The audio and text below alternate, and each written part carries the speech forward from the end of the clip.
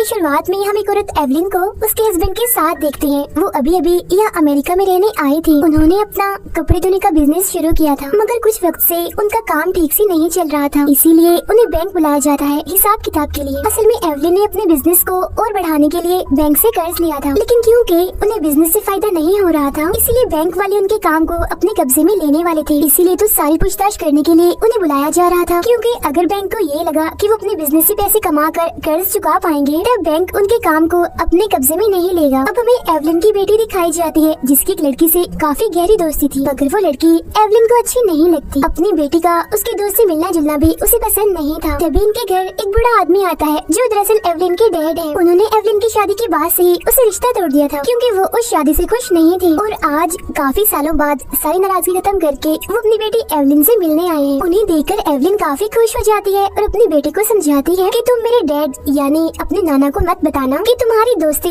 उस लड़की के साथ इतनी गहरी है, वरना तो वो फिर से मुझसे नाराज हो जाएंगे। इसके बाद हम एवलिन, उसके हस्बैंड और उसके डैड को बैंक जाता हुआ देखते हैं, जहाँ तभी अचानक से एवलिन के हस्बैंड, जिनका नाम वेमन था, उनके अंदर कोई और ही आ जाता है।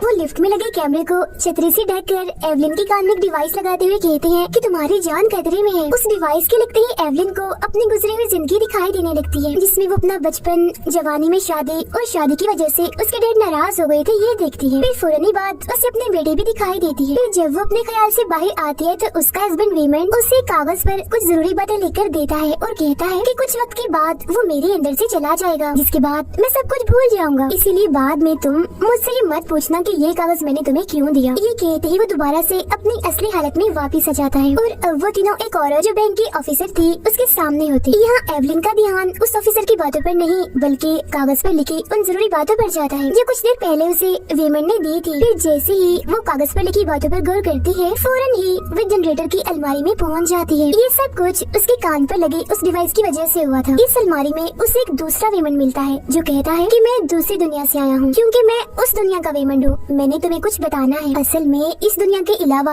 और भी बहुत सारी दुनियाएं हैं। मैं हर दुनिया में गया हूँ और वहाँ की सभी एवलिन से मिलकर आ रहा हूँ, मगर एक बुरी खबर है। एक ताकत जो बहुत ही बुरी है, उसने बहुत सारी एवलिन को मार दिया है और वो अब तुम्हें भी मारने आएगी। मगर इससे पहले वो तुम्हें मारने आए, मैं तुम्हें सबसे ताकतवर बनाना चाहता हूँ, क्योंकि सिर्फ तुम ही ऐसी हो जिस बुरी ताकत का सामना कर सकती हो। अब इसी बीच हम एवलिन को उस ऑफिसर के सामने और अलमारी दोनों जगह पर देखते हैं, क्योंकि वो खुद वहाँ नहीं गई थी, बल्कि उसका जहन, उसकी सोच उस अलमारी में गई थी और दूसरे रेमंड से बात कर रही थी। मतलब कि एक ही वक्त में दो जगहों पर दो एवलिन्स मौजूद थी। फिर तभी अलमारी में दूसरी दुनिया की वो ऑफिसर दूसरे रेमंड को मार देती है और फिर जैसे ही वो एवलिन पर हमला करती है, वैसे वो खुद को असल में उस ऑफिसर के सामने पाती है। फिर इसके बाद वो लोग बैंक से जाने लगती है, मगर यहाँ पर एवलिन को लगता है कि वो ऑफिसर मुझे मारने आ रही है, इसीलिए वो उसके मुँह पर मुक्का मार कर उसे गिरा देती है। ऐसा होते ही गार्ड्स वहाँ पर आ जाते हैं। तभी वेमन के दिमाग में दूसरी दुनिया का वेमन फिर से आ जाता है, जिससे उसमें अजीब सी ताकत आ जाती है और वो गार्ड्स पर हमला करके उन्हें मारने लगता है। सभी को ढेर करने के बाद वो एवलिन को यहाँ से ले जाता है, तो वो उसे सब सच बताने को कहती है। वो बताता है कि इस दुनिया के बाहर जितनी भी दुनियाएं हैं, वहाँ हमारे अलग अलग रूप हैं। मतलब कोई वहाँ खुश है तो कोई नहीं, कोई वहाँ अमीर है तो कोई गरीब, कोई ताकतवर है तो कोई कमजोर है। और जिस दुनिया से मैं आया हूँ उसका नाम अल्फा है, और हमारी दुनिया की एवलिन यानी अल्फा एवलिन ने बाकी सारी दुनियाओं में जाने का रास्ता ढूंढ निकाला है। उसने एक ऐसा रास्ता ढूंढ निकाला है जिसमें कोई भी दूसरी दुनिया में जाकर अपने वहाँ वाले रूप के दिमाग में समा सकता है और उसकी ताकतें भी ले सकता है। मतलब कि वो इंसान खुद जिस्मानी तौर पर दूसरी दुनिया में नहीं जाता, बस वो अपने रूप के दिमाग में आ सकता है। यही वजह है कि जब भी अल्फा वेमन इस वाले वेमन के दिमाग से जाता है, तो बाद में उसे कुछ भी याद नहीं रहता। आगे वो ये भी बताता है कि अल्फा एवलिन ने किसी पर एक्सपेरिमेंट यानी एक तजुर्बा किया था, जो फेल होने की वजह से वो बुरी ताकत बन गया है और वही सभी एवलिन को अलग अलग दुनियाओं में जाकर मार रहा है। इसी दौरान हम उसी बुरी ताकत और उस ऑफिसर को देखते हैं, जो एक दूसरे एवलिन को मार देते हैं, क्योंकि उस बुरी ताकत ने ऑफिसर को अपने साथ मिला लिया था। अभी वो दोनों बात कर ही रहे थे, मगर तभी यहाँ वो ऑफिसर आकर अल्फा वेमन पर हमला करके उसे जख्मी कर देती है, जिस पर वो एवलिन को दूसरी दुनिया की ताकतवर एवलिन से जोड़कर उस ऑफिसर को हराने के लिए कहता है, लेकिन काफी कोशिशों के बावजूद भी वो इसमें कामयाब नहीं हो पाती।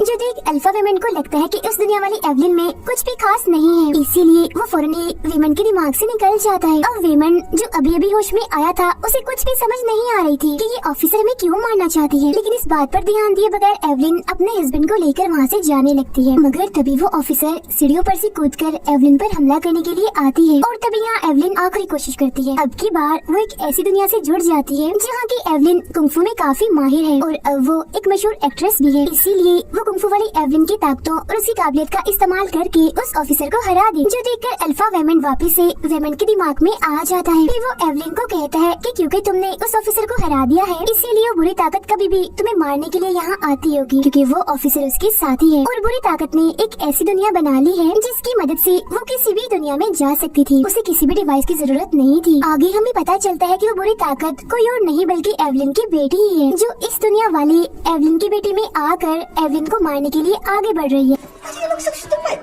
उधर तभी कुछ पुलिस वाले एवलिन को पकड़ लेते हैं, क्योंकि कुछ ही वक्त पहले उसने ऑफिसर को अपने कुंफू वाले स्टाइल से काफी जख्मी जो कर दिया था। लेकिन इससे पहले कि वो एवलिन को अपने साथ ले जाते हैं, तभी यहाँ एवलिन की बेटी आ जाती है, यानी वही बुरी ताकत जो पुलिस वालों पर हमला करके उनको मार देती है। इसके बाद वो बढ़ती है एवलिन की तरफ उसे मारने के लिए, मगर तभी वो कुंफू वाली एवलिन से जुड़ते हुए बाकी दुनियाओं से भी जुड़ जाती है और खुद को पाती है एक ऐसी दुनिया में जहाँ सबकी उंगलियां डॉग जैसी है। इस दुनिया में एवलिन उस ऑफिसर के काफी अच्छी दोस्त है और फिर तभी वो वापस से अपनी दुनिया में लौट आती है, जहाँ उसकी बेटी अपनी माँ एवलिन को अपनी ही बनाई एक दुनिया दिखाती है। इस दुनिया में जाने का एक काला रास्ता था जो उसने इसलिए बनाया था ताकि वो अपनी माँ के साथ वहाँ जाकर अपने दुख खत्म कर सके। दरअसल उसकी बेटी ने सारी दुनियाओं में जाकर अपनी जिंदगी को देख लिया था, जिससे उसे ये पता चला कि वो किसी भी दुनिया में खुश नहीं है। इसीलिए तो वो बाकी एवलिन को मारते हुए एक ऐसी एवलिन की तलाश कर रही थी जो उसकी तरह दुखी हो, उसकी जिंदगी में भी कुछ भी ठीक ना हो, क्योंकि सिर्फ वही वाली एवलिन ही उसकी बेटी का दुख समझ सकती है। तभी यहाँ एवलिन के अल्फा डैड आकर उसे इस बुरी ताकत से बचाकर ले जाते हैं, जिसके बाद हम उन सभी को एक कमरे में देखते हैं। तब तक एवलिन की बेटी भी अपनी असली हालत में वापस आ गई थी, यानी कि होश में। इसीलिए उसकी माँ उसे टेप से बांध देती है ताकि वो बुरी ताकत दोबारा से उसके दिमाग में ना आ जाए। अब जब एवलिन के अल्फा डैड को पता चलता है कि वो बुरी ताकत एवलिन की बेटी में आती है, तो वो एवलिन को उसे मारने का कहते हैं, मगर वो ऐसा नहीं कर पाते। अब उसके अल्फा डैड खुद ही एवलिन की बेटी को मारने के लिए अपनी गन निकाल लेते हैं, मगर एवलिन उस गन के सामने आ जाती है। ये देख अल्फा डैड अपने साथियों को यहाँ बुला लेते हैं, जो आते ही एवलिन पर हमला कर देते हैं। तो वो दोबारा से कुंफू वाली एवलिन की ताकतों को इस्तेमाल करके उनसे लड़ते हैं, लेकिन उन लोगों को रोकने के लिए ये काफी नहीं था। इसीलिए वो अलग अलग दुनियाओं की एवलिन की ताकतों का इस्तेमाल करके उन्हें अच्छा मजा सिखाते हैं। फिर तभी यहाँ अल्फा वीमन आकर एवलिन को बताता है कि उस बुरी ताकत यानी अपनी बेटी को सिर्फ तुम ही रोक सकती हो। फिर तभी बुरी ताकत अल्फा वीमन को मार देती है, जिस वजह से असली वीमन का राब्ता अल्फा वीमन से टूट जाता है। तभी यहाँ उसकी अल्फा बेटी यानी वो बुरी ताकत भी आ जाती है और अब एवलिन जैसे ही उसका मुकाबला करने वाली होती है, तभी उसका दिमाग बाकी दुनियाओं की एवलिन से जुड़ जाता है। में से एक दुनिया में एवलिन और उसकी बेटी की लड़ाई होने लगती है, जिस वजह से बाकी दुनियाओं में भी उन दोनों की लड़ाई होने लगती है।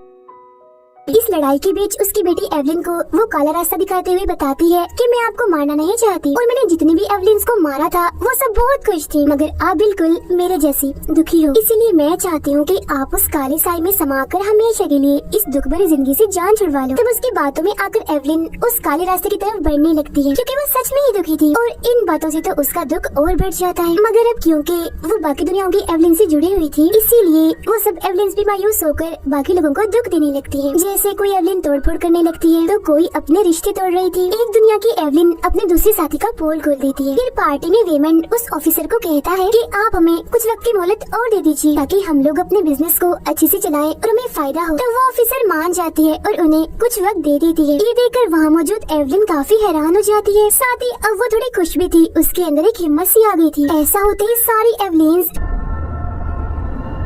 जो असली एवलिन से जुड़ी हुई थी वो सब अब अच्छे काम करने लगती हैं। जैसे वो एवलिन जिसने ताल्लुक तोड़े थे वो सबसे वापस से सुलह कर लेती है और बाकी एवलिन्स जिन्होंने अपनी अपनी जिंदगी में गलतियाँ की थी वो भी सबसे माफी मांग लेती है और सारे रिश्तों को बहुत अच्छे से लेकर चलती है। इसके बाद हम अपनी दुनिया की एवलिन को देखते हैं, जिसके सामने उसकी बेटी उस काले रास्ते को लेकर आती है। वो काला रास्ता बहुत सारे लोगों को अपने अंदर खींचने लगता है, जिसमें एवलिन की बेटी भी जाने लगती है। हालांकि एवलिन उसे बचाने की बहुत कोशिश करती है, मगर उसके साथी उसे ऐसा करने उनसे मना करने लगते हैं, जिस पर वो उनसे लड़ने की बजाय उनकी सारी ख्वाहिशें पूरी करने लगती है, क्योंकि बाकी एवलिन से जुड़ा होने की वजह से उसमें बहुत सारी ताकत आ गई थी। और फिर आखिर में वो अपने बेटे को काले रास्ते में जाने से रोक लेती है। अब एवलिन की बेटी उससे कहती है, मामा अगर आप मुझे खुश देखना चाहती हैं तो मुझे छोड़ दें और इस काले रास्ते में जाने दें। जिस पर एवलिन उसकी बात मान जाती है। वो अपनी बेटी को छोड़ देती है, जिस काले रास्ते में चली जाती है। अब इसी के साथ हम उस दुनिया जहाँ पार्टी हो रही थी वहाँ एवलिन को उसकी बेटे के साथ देखते हैं। यहाँ एवलिन उसे समझाती है कि मैं तुम्हारा भला चाहती हूँ, मेरी बेटी, मैं तुम्हारी दुश्मन नहीं हूँ और हमेशा तुम्हें खुश देखना चाहती हूँ, तुम्हारी माँ हूँ। अब ये बात समझ आते ही वो अपनी माँ एवलिन के पास जाकर उनसे माफी मांगती है, जिससे वो काली दुनिया, काला रास्ता जिस बुरी ताकत ने बनाया था वो खत्म हो जाता है। इसके बाद हम